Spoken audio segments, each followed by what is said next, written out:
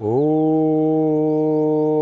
विश्वानि देवसवितर्दुरितानि परासुव यद्भद्रं तन्न आसुव।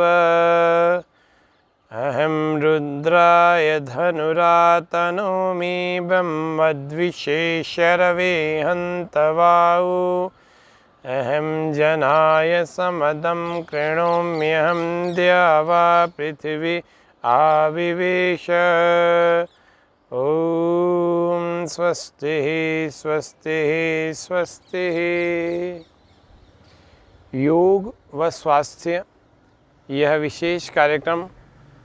इस विशेष कार्यक्रम में हम आज जानेंगे इंटीग्रेटेड योगासन। तो इंटीग्रेटेड योगासन का मतलब होता है कि योग के आसनों के साथ ही प्राणायाम पर भी ध्यान देना। तो प्राणायाम पर भी ध्यान देना चाहिए, क्योंकि प्रायः आसनों में व्यक्ति इतना समय लगा देता है कि प्राणायाम पर ध्यान नहीं देता। जब आसनों के साथ में हम प्राणायाम का भी अभ्यास करते हैं तो वह कुछ एडवांस बेनिफिशियल हो जाता है। तो आज हम उसी प्रकार से उस अभ्यास को करेंगे। पहले बैठे बैठे ताड़ आसन का अभ्यास। श्वास भरें और खींचें अपने हाथों को लगातार ऊपर की ओर।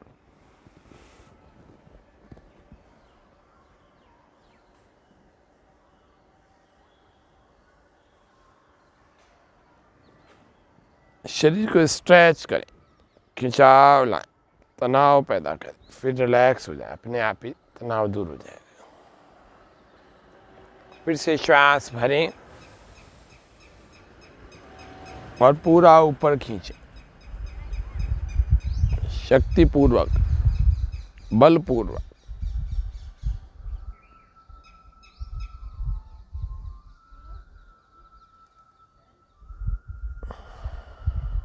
आयुर्वेद में औषधियों के प्रकार होते हैं 5। पहली होती है जिसको हम कहते हैं प्राण रक्षक, संजीवनी, विशल्यकरणी आदि आदि। ये प्राण रक्षक औषधियों के नाम से प्रसिद्ध है। दूसरी होती है रोग नाशक। तो रोग का नाश करने वाली कुछ औषधियाँ होती हैं, उनको रोग नाशक कहते हैं। गंभीर रोग हो जाते हैं, कर्कट रोग आदि, कैंसर आदि, उनसे भी कैसे निजात मिलता है। हमारे दर्शकों का सभी का हार्दिक स्वागत, अभिनंदन है। ये दूसरे प्रकार की औषधियाँ हो गई। पहले हो गई प्राण रक्षक, दूसरी औषधियाँ हो गई जिसको हम कहते हैं रोग नाशक। तीसरी प्रकार की औषधियाँ होती है जिसको हम कहते हैं स्वास्थ्य वर्धक। स्वास्थ्य वर्धक का मतलब जैसे आपका शरीर में कोई रोग नहीं है लेकिन फिर भी आप ले रहे हैं, जिसको अपन टॉनिक कहते हैं। टॉनिक, उसमें आरोग्यवर्धनी वटी, गिलोय का रस, गिलोय घनवटी और आंवला पिष्टी या आंवला कैंडी समझ लीजिए, मुरब्बा, ये सब स्वास्थ्यवर्धक चीज़ें। और चौथी प्रकार की जिसको हम कहते हैं बलवर्धक, शक्तिवर्धक। और पांचवी प्रकार की जिसको हम कहते हैं सौंदर्यवर्धक। तो औषधियों के प्रकारों में 5 प्रकार प्रायः प्रसिद्ध आयुर्वेद में हैं। तो इसीलिए आपको ये पता होना चाहिए कि आयुर्वेद में औषधियाँ कैसी, तो योग में औषधि कैसे काम करेगी। योग में औषधि क्या है? योग में औषधि का काम करता है इंटीग्रेटेड आसन। पहली औषधि है प्राण रक्षक, दूसरी औषधि है रोग नाशक, तीसरी है स्वास्थ्य वर्धक या फिर आरोग्यवर्धक या आरोग्य कारक, और चौथी है जिस औषधि को हम कहते हैं शक्तिवर्धक या बलवर्धक, लोहा सव आदि आदि। अश्वगंधा, शतावर, श्वेतमूसली, स्त्रियों में बहुत सारी और भी चीज़ें होती हैं। इधर हृदय के लिए शक्तिवर्धक है अर्जुन क्वाथ, अर्जुन। मस्तिष्क के लिए, मेधा के लिए मालकांगनी, ब्राह्मी, शंखपुष्पी, ज्योतिषमती। इस प्रकार की ये सब चीज़ें हमारे मस्तिष्क को बल देने वाली हैं। फिर भुजाओं को बल देने वाली, फिर हड्डियों को बल देने वाली, फिर रक्त को बल देने वाली, ये सब के लिए अलग अलग औषधियाँ होती हैं। और अंतिम औषधि जिसको 5वीं प्रकार की, जिसको कहते हैं सौंदर्यवर्धक। तो ये 5 प्रकार की औषधियों के चक्कर में ना पड़ें।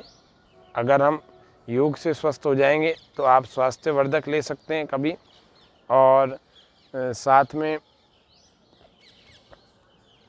शक्तिवर्धक, भोजन से शक्ति मिलती है, उसके अलावा शक्तिवर्धक औषधियाँ कौन कौन सी 1-2 कभी कभी ली जा सकती हैं, अथवा सर्दियों के मौसम में ली जा सकती हैं 2-4 वो। उसके अलावा फिर एक सौंदर्यवर्धक है। योग करेंगे तो वैसे ही सुंदर रहेंगे, फिर भी सौंदर्यवर्धक लेना चाहते हैं तो आपको समय समय पर बताएंगे। अभी थोड़े दिनों में बारिश आ जाएगी, तो बारिश में सुंदर कैसे रहें, मानसून अभी पूरी तरह से आया नहीं है, बारिश में सुंदर कैसे रहें वो देखेंगे, वो जानेंगे भी हम। और उसके अलावा आज हम इंटीग्रेटेड आसनों के क्रम में सबसे पहला आसन वह कर रहे हैं जिसको हम पद्मासन कहते हैं। तो पद्मासन के अंदर ही कपाल भाती का अभ्यास। पहले थोड़ा मूवमेंट कर लेते हैं, श्वास को बाहर फेंकें और पूरा पीछे घूम जाते हैं।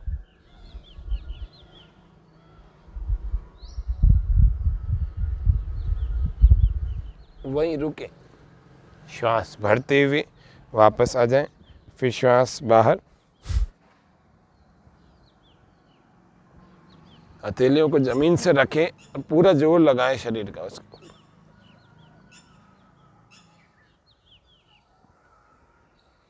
श्वास भरते वापस, फिर श्वास बाहर।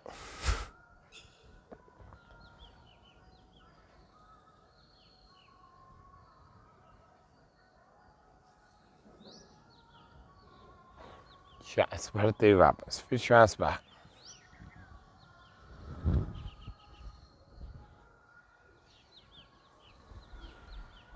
पहला अभ्यास हम करते हैं वज्रासन में बैठने का, और इसी में बैठ करके हम जो पहला आसन करेंगे उसको हम कहते हैं मंडूक आसन।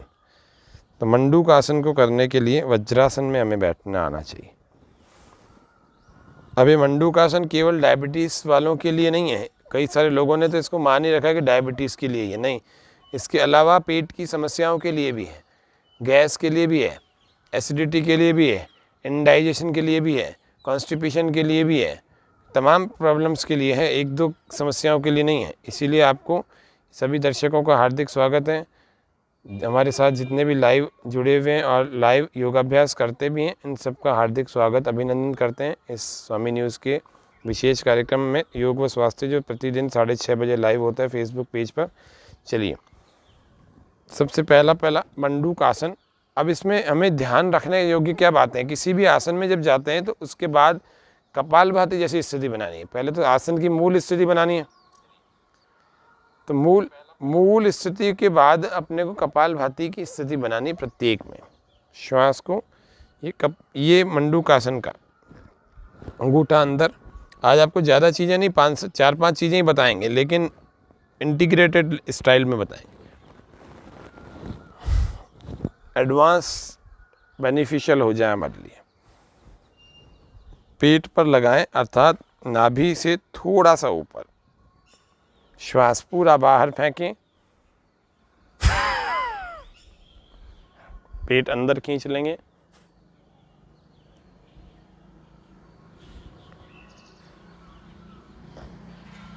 आगे झुक। अब इसमें आ गए मंडूक आसन की स्थिति। अब यहीं से कपालभाति शुरू करें।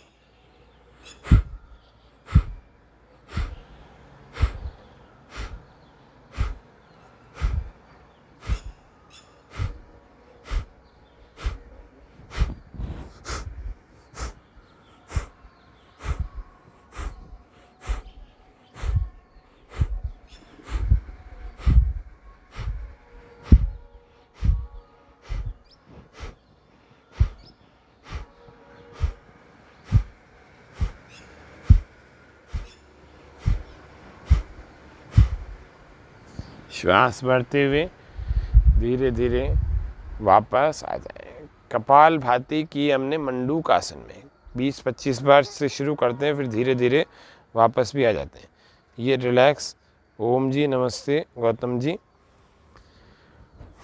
फिर से एक बार कर रहे हैं, श्वास फिर से बाहर फेंकें।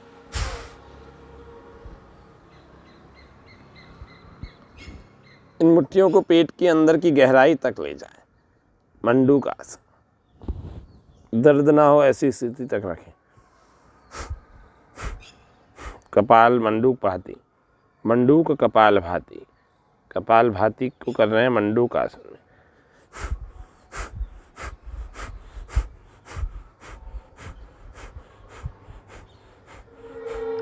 गर्भावस्था और मासिक धर्म के दौरान इस अभ्यास को बिल्कुल ना करें।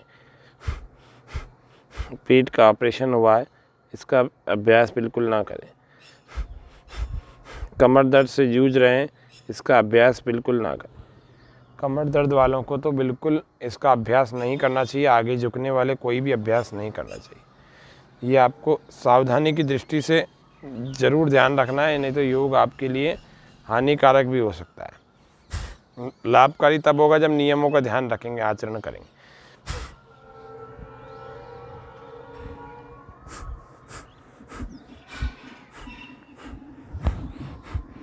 प्रारंभ में थोड़ा असहज जरूर लगेगा, लेकिन ये संयुक्त है क्रियाएं। आसनों के साथ में प्राणायाम भी है, यानी कि क्रियाएं भी हैं।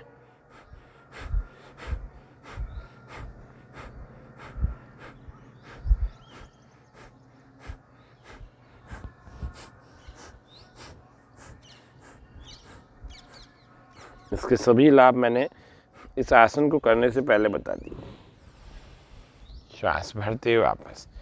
एक पहली क्रिया हमारी हुई है, इसको कहते हैं कपाल मंडूक भाती या मंडूक कपाल भाती, या फिर कपाल भाती हम कर रहे हैं मंडूक आसन में। फिर मंडूक आसन का दूसरा स्टाइल, एक हथेली लेफ्ट वाली पहले लगाएं, राइट बाद में लगाएं, पेट पर, श्वास पूरा बाहर।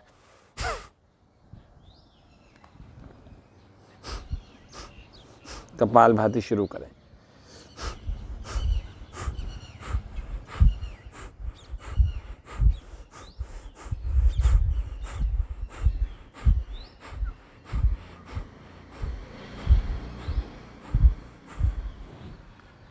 श्वास भर के वापस आ जाए। अगला अभ्यास हम कर रहे हैं जिसको हम कहते हैं गोमुखासन। गोमुखासन।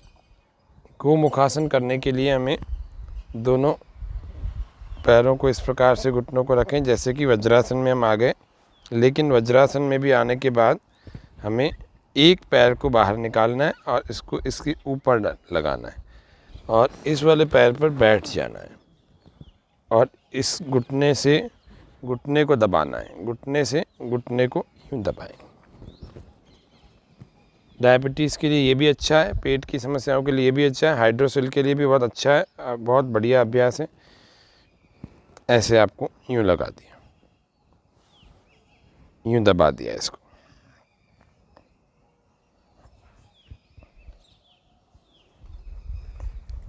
अब जो पाँव ऊपर है ना, उसी हाथ को ऊपर से ले जाए और दूसरे को नीचे से ले जाए। पहले हाथ टच नहीं होगा शुरू में, तो कोशिश करें इनको मिलाने की। फिर धीरे धीरे टच होगा, फिर कोशिश करें उंगलियों को पकड़ने की, ऐसा लॉक करने की। फिर ऐसा, पहले तो यूँ टच होंगी, टच होते होते ऐसे हो जाएंगे, फिर दूसरी उंगलियां भी यूँ पकड़ में आ जाएंगी। फिर इनको खींच करके रखें और गर्दन सामने रखें, मुख पर सहिष्णुता रखें। अब इसमें कपालभाति करें।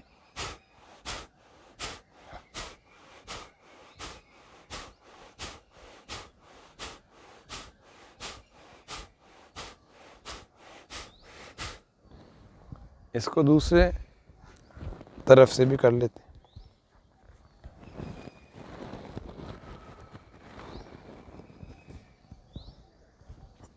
अंदर आ जाएगा, इसको यहाँ से दबा देंगे।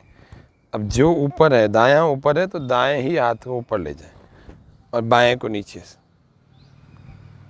और इसको इंटरलॉक कर लिया। श्वास बाहर,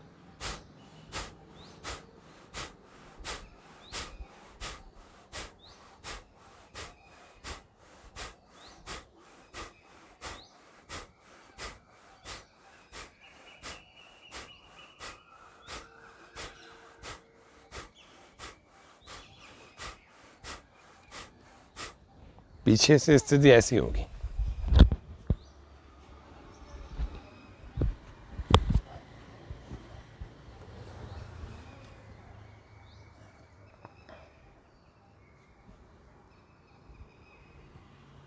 ऐसे हाथ पकड़ में आ जाएंगे।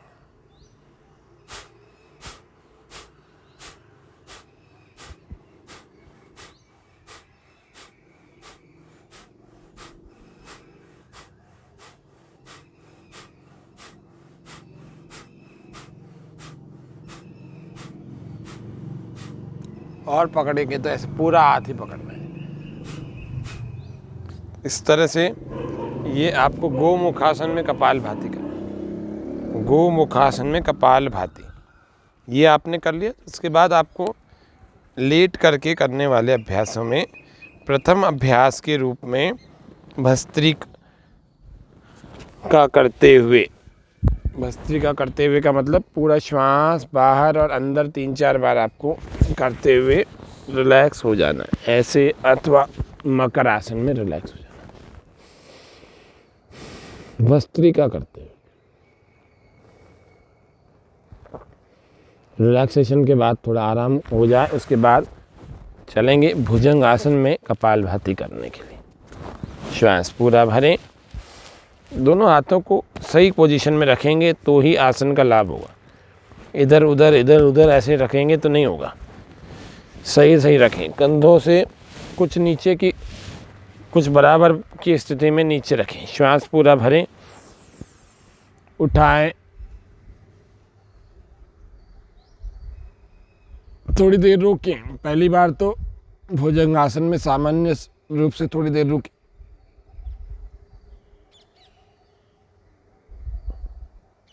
श्वास बाहर, वापस आ जाए फिर से।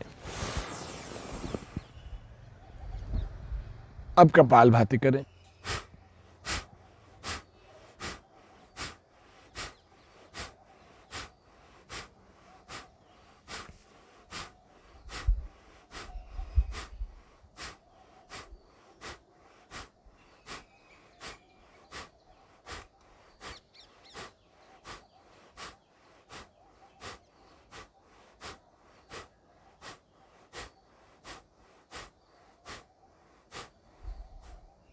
श्वास सामान्य रखते हुए विश्राम।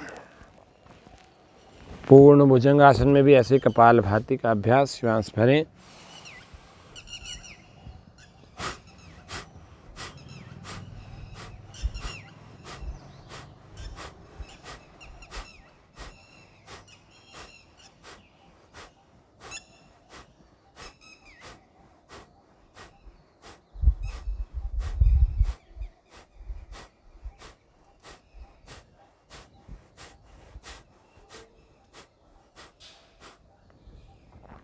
रिलैक्स, विश्राम।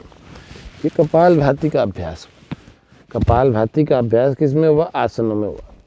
इसीलिए इनको इंटीग्रेटेड योगासन कहते हैं। इसमें विशेष लाभ होते हैं, आसन का भी हो जाता है और प्राणायाम का, यानी षट कर्म में जो कपालभाति है उनका भी।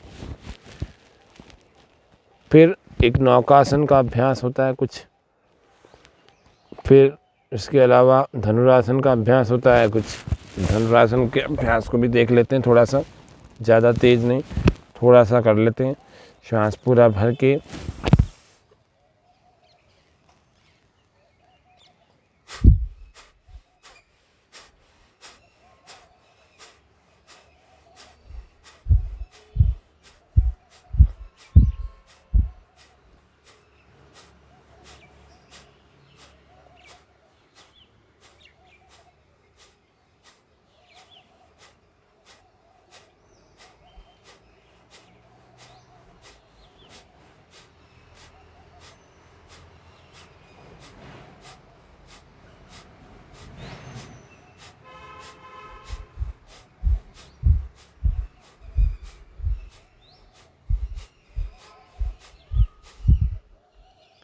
एक मिनट का अभ्यास हमने अभी किया।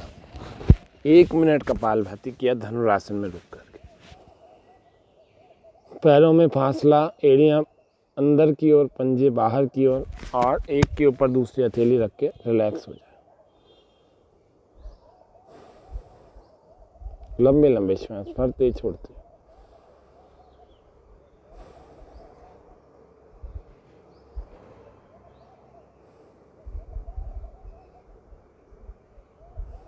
योगी व्यक्ति पवित्र हो जाता है। योग से पवित्रता बढ़ती है।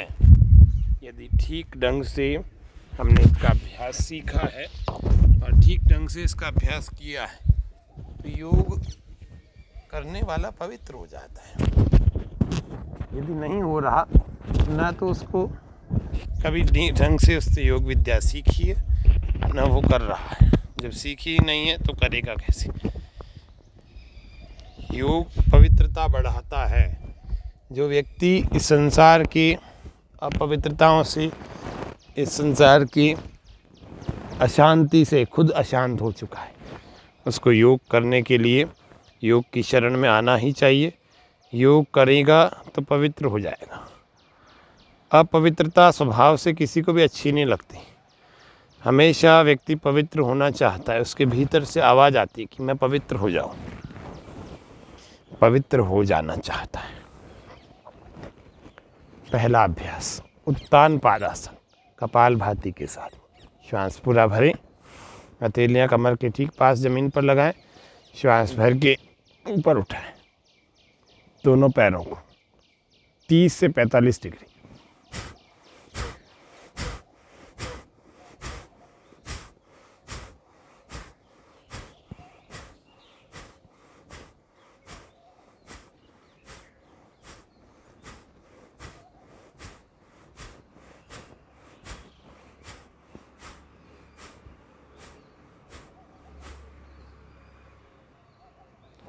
श्वास रिलैक्स विश्राम करते हुए पैरों को धीरे धीरे नीचे। नौकासन का अभ्यास कर रहे हैं कपालभाति के साथ।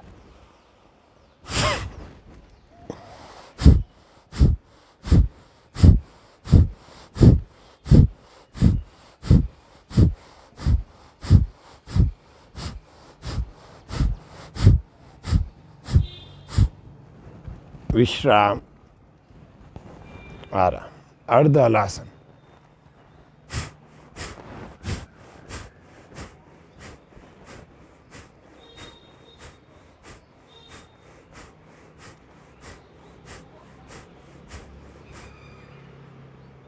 विश्राम, रिलैक्स। 30-30 सेकंड कम से कम एक एक अभ्यास को शुरुआत में करें। 30-30 बार कपालभाति करते हुए करेंगे तो निश्चित रूप से आपके इस अभ्यास को करने का आपका मन तैयार होगा धीरे धीरे कि लंबा अभ्यास किया जाए। अब हम कर रहे हैं सर्वांग आसन। तो सर्वांग आसन में देखते हैं सर्वांग आसन।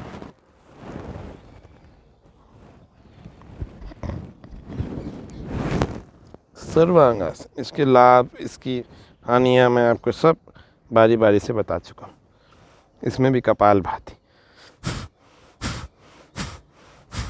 इसको और सीधा कर लेते हैं।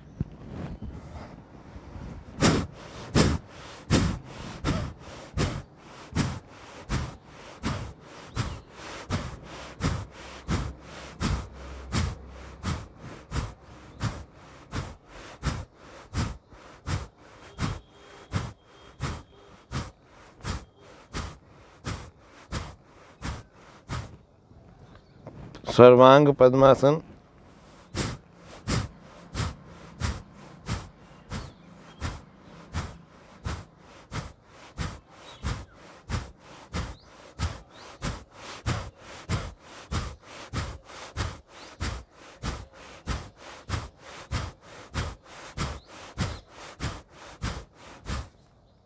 विश्राम। सर्वांग पवन मुक्तासन, साइकिलिंग के रूप में चला रहे।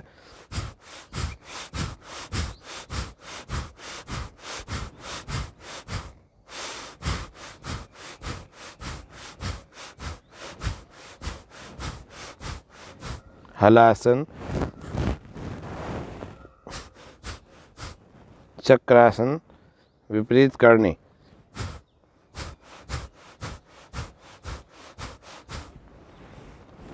चक्रासन, कपालभाति के साथ चक्रासन, चक्रासन के साथ कपालभाति।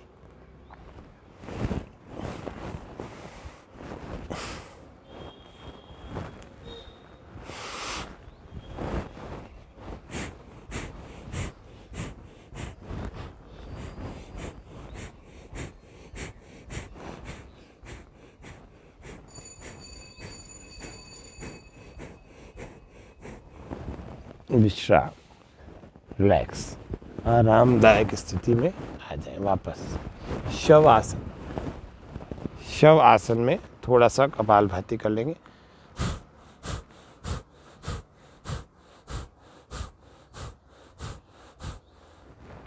कंधरासन अथवा सेतु बंद आसन, इसमें कपालभाति कर लेंगे। श्वास भर के उठाया,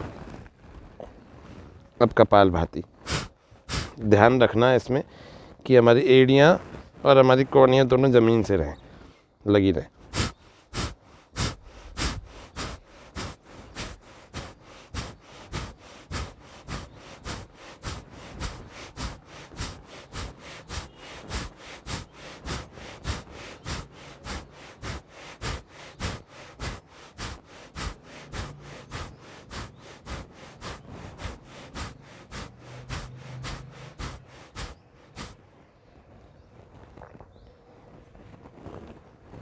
विश्राम, शव आसन में आराम करें। योग करने वाला, फिर कहता हूँ, पवित्र हो जाता है। मनुष्यों का कर्तव्य है, सभी मनुष्यों का, पवित्र तन रखो, पवित्र मन रखो। पवित्रता मनुष्यता की शान है। जो मन वचन कर्म से पवित्र है, वो चरित्रवान ही यहाँ महान है। पवित्र तन रखो, पवित्र मन रखो, पवित्र तन रखो, पवित्र मन रखो। पवित्रता मनुष्यता की शान है। जो मन वचन कर्म से पवित्र है, वो चरित्रवान ही यहाँ महान है। पवित्र तन रखो, पवित्र मन रखो, पवित्रता मनुष्यता की शान है। जो मन वचन कर्म से पवित्र है, वो चरित्रवान ही यहाँ महान है। वो चरित्रवान ही यहाँ महान है। वो चरित्रवान ही यहाँ महान है। वो चरित्रवान ही यहाँ महान है। इतना करने से रिलैक्स भी हो गए और थोड़ा समय भी मिल गया। फिर से ऊर्जा हमारे भीतर इकट्ठा हो गई और फिर से हम सीधे होकर बैठ गए। तो कपालभाति का अभ्यास हमारा प्रत्येक आसन में हो गया। और अब आगे चलते हैं। थोड़ा ऊपर करो, ज़मीन ज़्यादा दिख रही है।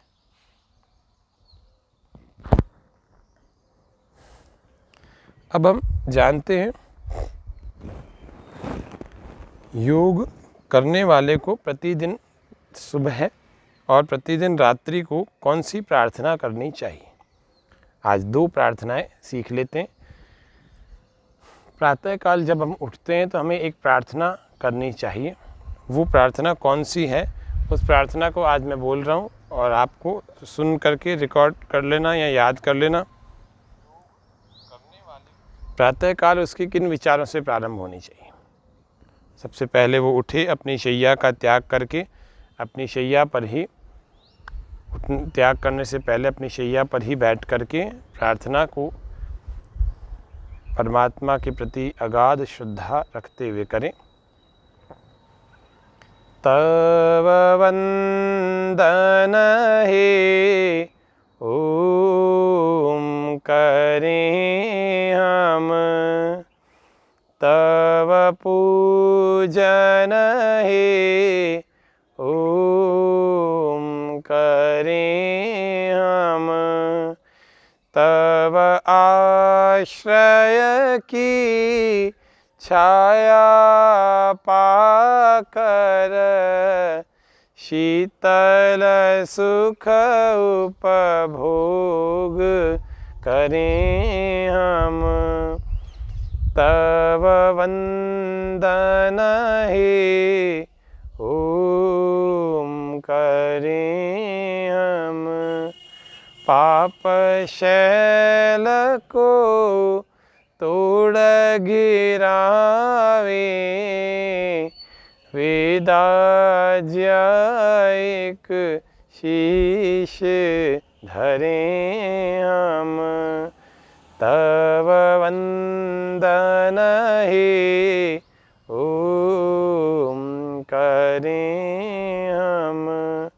राग द्वेष को दूर भगा कर, प्रेम मंत्र का पाठ पढ़ें हम।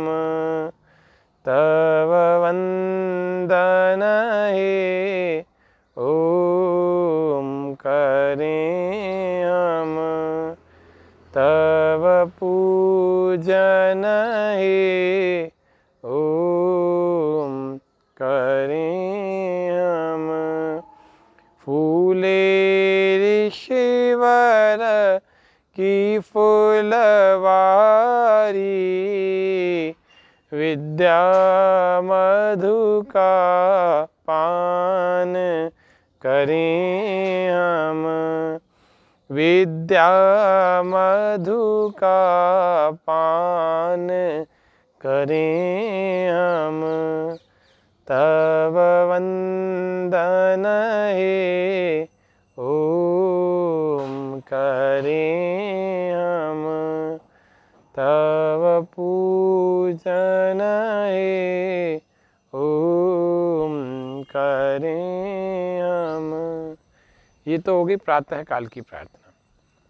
ऐसे ही रात्रि काल की भी प्रार्थना बड़ी सुंदर सी होती है। उसको भी आपको रात्रि काल की प्रार्थना को भी सीख लेना चाहिए, ताकि रात्रि को सोने से पहले आप उस विचारों को अपने मन में पैदा करें ऐसी पवित्र भावना से। क्योंकि मानसिक और आत्मिक और बौद्धिक स्वास्थ्य भी तो हमें पैदा करना है, वो भी तो योग के और इन विचारों के साथ होगा। रात्रि की प्रार्थना को भी देख लेते हैं। ओम हम सब साधक गण स्वप्न से बचते रहें, और मन को शुद्ध भावों से सदा भरते रहें। गाढ़ निद्रा में निरंतर कुछ समय सोते रहें। नित्य त्यज आलस्य उत्तम काल में जगते रहें। हे प्रभु आनंद दाता, ज्ञान हमको दीजिए। शीघ्र सारे दुर्गुणों को दूर हमसे कीजिए। लीजिए हमको शरण में, हम सदाचारी बने।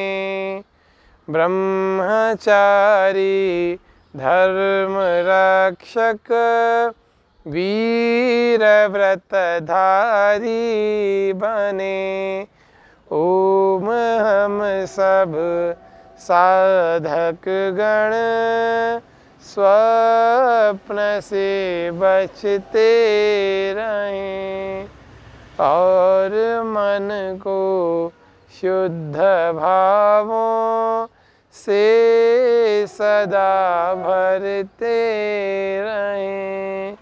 ओम हम सब साधक गण स्वप्न से बचते रहें। तो ये आज हमने योग करने वालों को सुबह किन विचारों से शुरू करनी चाहिए, रात्रि किन विचारों के साथ में प्रारंभ करनी चाहिए रात्रि को भी, ये हमने आज के कार्यक्रम में इंटीग्रेटेड योगा के साथ में, इंटीग्रेटेड योगासन के साथ में बताया कि योगासन के साथ में कपाल भाती को कैसे जोड़ें, जिससे कि हमें जल्दी जल्दी रिलीफ होना शुरू हो जाए और जल्दी एनर्जी बूस्ट हो। मोटे लोग हों तो जल्दी उनका वज़न कम हो जाए, पतले लोग हैं तो उनका जल्दी से वज़न गेन हो जाए, और यदि किसी रोग, गंभीर रोग से ग्रस्त हैं तो उसमें क्या सावधानी रखनी चाहिए योग करते समय, ये सब चीज़ें हमने आज जानी। तो आज के कार्यक्रम को हम इतना ही रखते हैं, शांति पाठ के साथ में पूरा करेंगे। ओम शांति शांति शांति, सर्वेभ्यो नमः। तो जितने भी हमारे दर्शक हैं, प्रातःकाल आप नियम से ज़रूर योगाभ्यास करें। निश्चित रूप से लॉकडाउन खुल गया है, लोगों ने अलग अलग गतिविधियां प्रारंभ की हैं, कोई घूमने चले जाते हैं, कोई कहीं चले जाते हैं, लेकिन योग करने का महत्व अलग है। तो आप सब लोग घर पर बैठ के योग करें, अथवा गार्डन में करें, अथवा अपने कहीं मित्र मंडली के साथ करें, लेकिन 1 घंटा आपको योगाभ्यास प्रतिदिन करना है। हमारा कार्य प्रतिदिन निर्देश, प्रतिदिन आपको प्रेरित करना यह होता है। इस स्वामी न्यूज़ के इस योग व स्वास्थ्य के प्रतिदिन के लाइव कार्यक्रम में हम आपको योग के विभिन्न बहुत सारे विद्वानों के द्वारा भी, और अलग अलग जो है आसनों में कैसी कैसी स्थितियाँ, कौन कौन से रोगों में कौन कौन से आसन प्राणायाम करने चाहिए, प्रतिदिन हमें कौन से क्रियाएं करनी चाहिए, बहुत सारी चीज़ें हम जानते हैं। प्राकृतिक चिकित्सा, एक्यूप्रेशर आदि बहुत सारी चीज़ें हम इस कार्यक्रम में जानते हैं। तो आज के इस कार्यक्रम में हम इतना ही रखते हैं। कल फिर से 6:30 बजे सुबह लाइव इस कार्यक्रम में फिर मिलेंगे। तब तक के लिए नमस्ते, धन्यवाद, ओम आभार।